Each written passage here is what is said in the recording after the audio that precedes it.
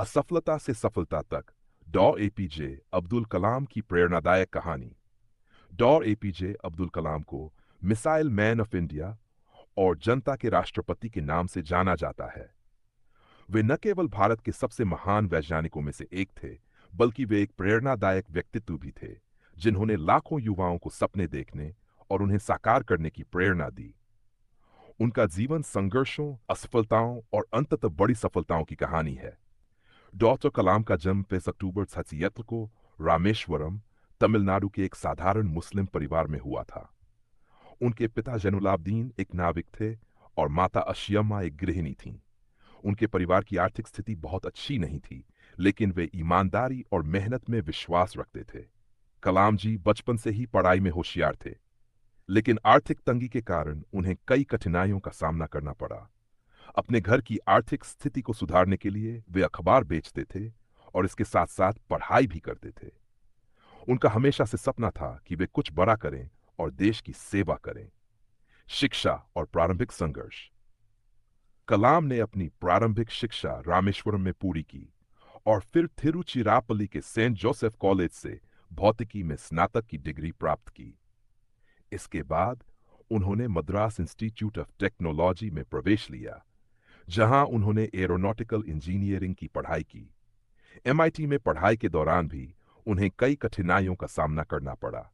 उनके पास फीस भरने के पैसे नहीं थे, लेकिन उनकी कड़ी मेहनत और लगन को देखते हुए उन्हें छात्रवृत्ति दी गई। कॉलेज में एक बार उनके शिक्षक ने उनसे एक प्रोजेक्ट समय पर पूरा करने के लिए कहा और चेतावनी दी कि अगर वे सफल नहीं हुए तो उनकी छात्रवृत्ति छिन जाएगी। इस चुनौती को स्वीकार करते हुए कलाम ने पूरी रात मेहनत की और समय पर प्रोजेक्ट पूरा कर लिया। असफलता से मिली सीख। अपनी पढ़ाई पूरी करने के बाद डॉक्टर कलाम भारतीय रक्षा अनुसंधान एवं विकास संगठन में वैज्ञानिक के रूप में शामिल हुए। हालांकि उनका असली सपना एक पायलट बनने का था, लेकिन वे भारतीय वायुसेना की परीक्षा में असफल हो गए। यह उनके जीवन का एक कठिन क्षण था, लेकिन उन्होंने हार नहीं मानी और खुद को विज्ञान और प्रौद्योगिकी के क्षेत्र में समर्पित कर दिया। बाद में वे एसरो इंडियन स्पेस रिसर्च ऑर्गेनाइजेशन में शामिल हुए, जहां उन्होंने भारत के पहले स्वदेशी उपग्रह प्रक्षेपण यान SLV-3 के निर्माण में महत्वपूर्ण भूमिका निभाई। लेकिन उनका पहला प्रोजेक्ट असफल रहा। यह उनके लिए एक बड़ा झटका था, लेकिन उन्होंने इसे एक सीख के रूप में लिया और अपनी टीम के साथ दोबारा प्रयास किया। अंततः ये एटी में SLV-3 ने सफलतापूर्वक उपग्रह रोहिणी को अंतरिक्ष में प्रक्षेपित किया। यह भारत के लिए एक ऐतिहासिक क्षण था। डॉक्टर कलाम ने भारत के रक्षा अनुसंधान में भी महत्वपूर्ण योगदान दिया। उन्होंने integrated guided missile development programme IGMDP का नेतृत्व किया, जिसके तहत उन्होंने पृथ्वी, अग्नि, त्रिशूल, आकाश और नाग जैसी मिसाइलों के विकास में अहम भूमिका निभाई। इसी कारण उन्हें मिसाइल मैन ऑफ इंडिया कहा जाने लगा। राष्ट्रपति के रूप में योगदान। विज्ञान के क्षेत्र में उनके महत्वपूर्ण योगदान को देखते हुए 2002 में उन्हें भारत का 11वां राष्ट्रपति बनाया गया। वे एक ऐसे राष्ट्रपति थे जो आम जनता और खासकर युवाओं के बीच बेहद लोकप्रिय थे।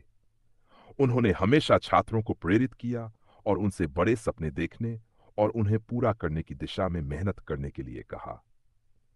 आखिरी समय तक प्रेरणा देने का कार्य। डॉक्टर कलाम ने अपना पूरा जीवन देश और समाज के उत्थान के लिए समर्पित कर दिया। 10 जुलाई 2005 को वे शिलोंग में एक व्याख्यान देते समय अचानक गिर पड़े और उनका निधन हो गया। वे अपनी आखिरी सांस तक युवाओं को प्रेरित कर रहे थे। डॉक्टर कलाम से सीखने योग्य बातें। सपने देखना और उन्हें पूरा करने के लिए मेहनत करना जरूरी है।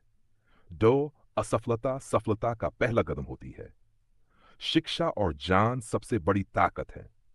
ईमानदारी और अनुशासन से कोई भी लक्ष्य प्राप्त किया जा सकता है। हमेशा सकारात्मक सोचें और कभी हार न मानें।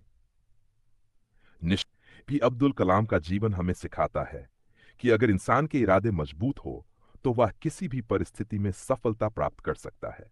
उनकी कहानी हमें यह प्रेरणा देती है कि असफलता से डरना नहीं चाहिए, बल्कि उससे सीखकर आगे बढ़ना चाहिए।